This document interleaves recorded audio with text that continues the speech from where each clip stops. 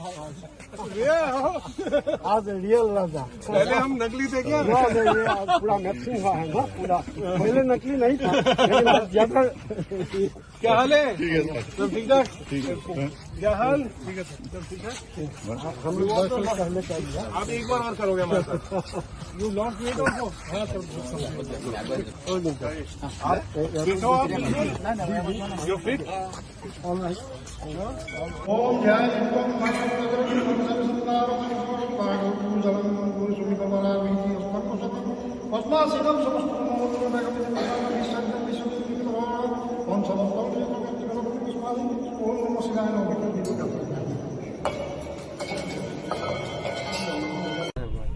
देखिए सबसे पहले तो मैं आज इस पवित्र स्थान के अंदर आया हूँ असम की जनता के लिए, सुख के लिए, शांति के लिए, उन्नति की प्रार्थना मैंने करी है। जहाँ तक चुनाव की बात आती है सामने, मैं ये कहना चाहूँगा इस मौके पर कि ये दोनों चुनाव, चाहे वो थावड़ा का हो और चाहे मरियानी का चुनाव हो, जनता ने 5 साल के लिए विधायक चुना था। और बहुत दुख की बात है कि वहाँ के दोनों विधायकों ने जनता का अपना जो विश्वास जनता ने उनके ऊपर दिया था, अपना दिल और इनाम दोनों उनने बेचकर और भारतीय जनता पार्टी ज्वाइन करी है। तो उनने एक बहुत बड़ा धोखा कांग्रेस पार्टी से ही नहीं लेकिन आम वोटर से किया है। वो एक बहुत बड़ी नाराजगी आम वोटर के अंदर है। बात करते हैं ये डेवलपमेंट की, विकास की बात करते हैं, विकास के लिए हम जा रहे हैं। इसमें कोई विकास नहीं, ये विकास खुद का विकास है, जनता का विकास नहीं है। और मुझे तो आज आश्चर्य हो रहा है कि पूरे देश के अंदर मैं राजनीतिक रूप से सक्रिय रहता हूं, लेकिन आसाम में पहली बार मैंने ऐसा सुना है कि यहाँ के माननीय मुख्यमंत्री हेमंता बिस्वा शर्मा जी बोलते हैं कि कोई भी ऑपोजिशन का आइए, मैं उसके लिए 2000 करोड़ उनके विकास। कोई रिस्पेक्ट नहीं है। किस तरह की राजनीति कर रहे हैं, किस तरह को आप लुभा रहे हैं, किस तरह से आप खरीद फरोश कर रहे हैं, खुले मंचों से कह रहे हैं। इससे बड़ी आसाम के लिए और देश की राजनीति के लिए, डेमोक्रेसी के लिए इससे ज्यादा दुख की बात नहीं हो सकती है, शर्म की बात नहीं हो सकती है। मैं तो यही निवेदन करने के लिए आया हूं, हमारे सभी साथी आज ये जैसे हमने लड़ाई असम बसाओ आहोक के हिसाब से हमने हमारी चुनाव की शुरुआत की थी, उसी को आगे बढ़ाते हुए कांग्रेस पार्टी अपने मेहनत के साथ असम की जनता के साथ के लिए लड़ेगी। आज बहुत बड़ा मुद्दा देश के सामने है, असम के सामने है कि एक तरफ पूरा असम को तोड़ने की कोशिश की जा रही है, चाहे वो बराक वैली हो, चाहे ब्रह्मपुत्र के इधर का इलाका हो, दूसरी उधर का इलाका हो, अपर असम हो, लोअर असम हो, अलग अलग लोगों को बांटने के लिए यहाँ कार्य करे जा रहे हैं।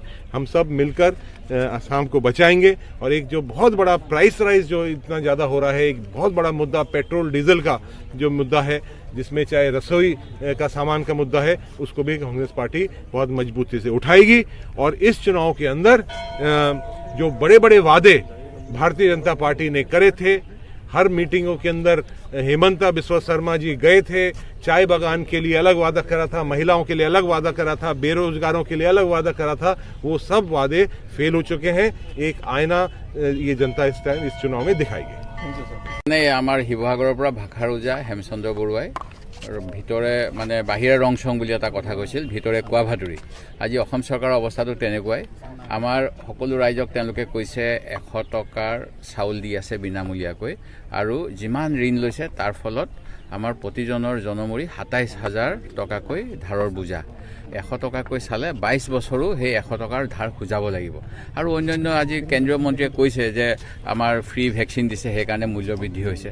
এইবিলাক তেওঁলোকৰ সেই পুৰণা কথাষাৰে মনত পৰিছে শিৱসাগৰত যে বাহিৰা ৰং চং ভিতৰে কোৱা ভাতৰি যিটো কৈছিল ভাৰত চৰকাৰ অসম চৰকাৰৰ বিজেপি দলে সেই অৱস্থা কৰিছে সেই গতিকে ইয়াৰ প্ৰতিবাদ কৰিবলৈ গণতান্ত্ৰিক শক্তি সবল হ'ব লাগিব আমি কংগ্ৰেছে যুঁজি আছোঁ যুঁজি থাকিম আৰু এই সমষ্টি যি উপ নিৰ্বাচন হৈছে কেওটা সমষ্টিৰ ৰাইজক আহ্বান যে অসমৰ ভাষাৰ উজাই কোৱা সেই কথাখিনি তেওঁলোকে অলপ অনুধাৱন কৰক যেনেকৈ কোৱা ভাতৰিৰ এটা ধুনীয়া ৰঙচুৱা ফুল হয় কিন্তু বিশেষ কামত নাহে ঠিক তেনেকৈ এই চৰকাৰখনৰ খালি ঘোষণা তেওঁলোকে মেডিকেল কলেজ কৰিম বুলি ক'লে থাওৰাত হৌ সিদিনা আৰু যোৱা বিধানসভা অধিৱেশনত 3খন মেডিকেল কলেজৰ কাৰণে 10 কোটিকৈ টকা দিছে আবণ্টন আৰু অন্ধ্ৰপ্ৰদেশত একেবাৰতে 3খনৰ কাৰণে 450 কোটি টকাকৈ প্ৰথমবাৰৰ বাজেটত দিছে অৰ্থাৎ তেওঁলোকে এবছৰীয়া বাৰ্ষিক পৰিকল্পনাৰ বিৰুদ্ধে দীৰ্ঘম্যাদী পৰিকল্পনা কৰিব বিচাৰে ৰাইজক আগুৱা ভৰাবাৰে একো নহয় সেই গতিকে প্ৰকৃত কথাখিনি উপলব্ধি কৰিবলৈ অসমৰ ৰাইজক আহ্বান জনাইছোঁ ধন্যবাদ আপুনি তেনেকৈ সুধিলেতো উত্তৰটো দিবই লাগিব প্ৰথম কথা যদি এজন ছাত্ৰই যদি স্কুলত পৰীক্ষা দিয়ে সেই ছাত্ৰজনে সদায় 100ৰ ভিতৰত 100 পাবলৈ যত্ন কৰিব বা তেওঁৰ লক্ষ্য সেইটোৱেই গতিকে আমি কংগ্ৰেছ দলেও আমি 5টা নিৰ্বাচনত উপনিৰ্বাচন হৈছে আৰু 5টাতে আমি জয়ী হ'ম বুলি আমি চেষ্টা কৰিছোঁ আৰু আমি আশাবাদী বিশেষকৈ থাওৰা সমষ্টিটোত যদি বিৰোধী এজন প্ৰাৰ্থী হ'লহেঁতেন তেতিয়া এটা সুবিধাজনক স্থিতিত থাকিলেহেঁতেন যিগৰাকী সুশান্ত বৰগোহাঁই আছে তেখেতক প্ৰতিহত কৰিব পৰা গ'লহেঁতেন এই কথাটো আপুনি ভাবেনে নহয় সেইটো আপুনি কোৱাটো হয় আপুনি কোৱাটো বিৰোধীৰ যদি এজন প্ৰাৰ্থী থাকিলেহেঁতেন তেতিয়া আৰু সহজ হ'লহেঁতেন এইটো কথা সঁচা কিন্তু লগতে এইটোও সত্য যদিও অখিল গগৈ ইয়াত প্ৰাৰ্থিত্ব দিছে ৰাইজে কিন্তু বুজি পাইছে ৰাইজে এইটো বুজি পাইছে অখিল গগৈ যদিও বিৰোধী দলৰ হ'লেও ৰাইজে কাৰণ তেওঁক ভোট দিয়া মানে বিজেপিক সহায় কৰা হ'ব গোটেই ৰাইজে এতিয়া হৈছে ৰাইজৰ চিন্তাধাৰা হৈছে যে যদিও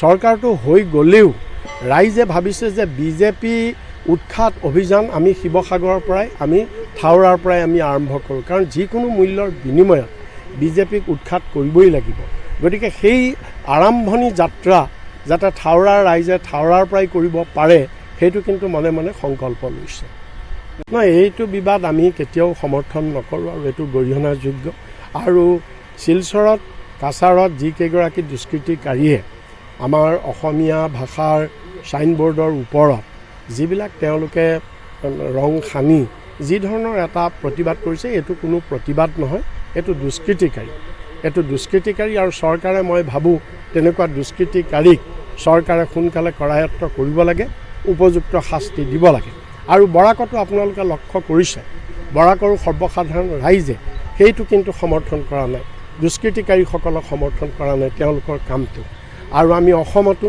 সেইকাৰণে আমি কোনো ৰাইজক এইবিলাকৰ কাৰণে উত্তেজিত নহ'বৰ কাৰণে আমি আহ্বান জনাইছোঁ কোনো কাৰণত যাতে এই কথাক লৈ আমাৰ মাজত শান্তি সম্প্ৰীতি উত্তেজনা যাতে নহয় শান্তি সম্প্ৰীতি ব্যাহত নহয় তাৰ প্ৰতি আমি সকলো ৰাইজক আহ্বান জনাইছোঁ শিৱ মন্দিৰৰ প্ৰাংগণত থিয় হৈ পেলাই অসমৰ ৰাইজক এটা আহ্বান জনাব বিচাৰিছোঁ যি 5টা সমষ্টিত উপনিৰ্বাচন হৈছে এই 5টা সমষ্টিতে ৰাইজৰ পৰা আমি সহায় আৰু আশীৰ্বাদ বিচাৰিছোঁ আৰু এটা কথা নিশ্চিত যে 5টা সমষ্টিত কংগ্ৰেছ দল জয়যুক্ত হোৱাৰ পিছত আমাৰ MLA সংখ্যা 32 জন হ'ব আমি চৰকাৰ ভাঙিবও নোৱাৰোঁ আমি চৰকাৰ পাতিবও নোৱাৰোঁ কিন্তু বৰ্তমান আকাশলংঘী মূল্য বৃদ্ধিয়ে অসমৰ মানুহক যি মানসিক যন্ত্ৰণা দিছে পৰিয়ালবিলাকলৈ যিধৰণে এটা অন্ধকাৰ নামি আহিছে অসমৰ আৰ্থ সামাজিক বিকাশৰ ক্ষেত্ৰত কৰোনা মহামাৰীৰ পৰা আদি কৰি চৰকাৰৰ অপৰিকল্পিত নীতিৰ কাৰণে ৰাইজৰ যিটো হাহাকাৰ অৱস্থা এই পৰিস্থিতিত এই চৰকাৰখনে আজি ক্ষমতাই মূৰে ভৰি কাঢ়িবলৈ আৰম্ভ কৰিছে 4,800 কোটি টকা হিমন্ত বিশ্ব শৰ্মা ডাঙৰীয়াই যোৱা 4 মাহত লোন লৈছে আৰু সমষ্টিত আহি পেলাই কয় যে 2,000 কোটি টকা মই অনুদান দিম এই মানুহজনৰ যি মিথ্যাচাৰ প্ৰতাৰণা আৰু প্ৰবঞ্চনা তেওঁৰ বক্তব্যত ওলাই পৰিছে সেইকাৰণে আমি ৰাইজক কৈছোঁ যে মূল্য বৃদ্ধি যদি নিয়ন্ত্ৰণ কৰিবলৈ হয় কংগ্ৰেছক উপনিৰ্বাচনত ৰাইজে জিকাব লাগিব কাৰণ বিজেপিৰ সভাপতিয়ে কৈছে যে তেলৰ দাম 200 টকা হৈ যাব পাৰে তেতিয়া আমি স্কুটাৰ এখন উলিয়াই দিম 3টা মানুহ বহিব পাৰে তাৰমানে আওপকীয়াকৈ তেখেতে ৰাইজক জনাই দিছে যে বস্তুৰ দাম আৰু বাঢ়িব আমি কথা দিছোঁ অসমৰ ৰাইজক আমাৰ MLA সংখ্যা যেতিয়া 32 জন হ'ব অসমৰ হৈ পেলাই 5টা সমষ্টিৰ ৰাইজে কংগ্ৰেছক যেতিয়া শক্তিশালী কৰিব আমি দায়িত্ব লৈছোঁ আমি প্ৰতিশ্ৰুতি দিছোঁ চৰকাৰক আমি নিয়ন্ত্ৰণ কৰিম আৰু এই চৰকাৰক আমি মূল্য বৃদ্ধি নিয়ন্ত্ৰণ কৰিবৰ কাৰণে বাধ্য কৰিম আৰু অসমৰ যিটো ৰাজনৈতিক অপসংস্কৃতি এই মুখ্যমন্ত্ৰীগৰাকীয়ে আৰম্ভ কৰিছে ইতিমধ্যে পুলিচে যেতিয়া 2জন মানুহক কাৰায়ত্ব কৰিলে চবেই গম পাইছে যে এই দুজন মানুহ RSS আৰু বিজেপিৰ সমৰ্থক। গতিকে তেওঁলোকে যে অকল হিন্দু মুছলিমক ভাগ কৰিব বিচাৰিছে নহয়, প্ৰত্যেকটো জাতি জনগোষ্ঠীৰ মাজত সংঘাত সৃষ্টি কৰি কেৱল মানে ডিভিজন এটা সৃষ্টি কৰি পেলাই এটা অতি বেয়া পৰিৱেশ এটা অসমত সৃষ্টি কৰি তেওঁলোকে যাতে পৰিস্থিতিৰ তাগিদাত তেওঁলোকে ভাল কামবিলাক নকৰি বেয়া কামৰ মাজেদি চৰকাৰখন বৰ্তি থাকিব পাৰে, তাৰ কাৰণে তেওঁলোকে কাম কৰিছে। সেই কথা ৰাইজে গম পাইছে আৰু আমি এই কথাটোক কেতিয়াও মনে মনে নাথাকোঁ। সেইকাৰণে আশা কৰিছোঁ যে অসমৰ ৰাইজে আমাক আশীৰ্বাদ দিব আৰু সেই আশীৰ্বাদৰ শক্তিত আমি এই চৰকাৰখনক নিয়ন্ত্ৰণ কৰিম। ৰাইজৰ দলটো মই কৈছোঁৱেই, আপোনালোকক কৈয়ে আছোঁ যে লক্ষ্যভ্ৰষ্ট ধুনুকাৰ মাৰিব লাগিছিলে পদুম ফুললৈ, এতিয়া ধুনুকাৰ মাৰি আছে হাতৰ চিনলৈ। গেছ চিলিণ্ডাৰ 440 টকাৰ পৰা 1000 টকা হ'ল। এতিয়া সেই চিলিণ্ডাৰটো মূৰত লৈ পেলাই তেওঁ ঘূৰি ফুৰিছে। চিলিণ্ডাৰটো যে তেওঁ ল'লে, বেলেগ চিম্বল কিয় নল'লে?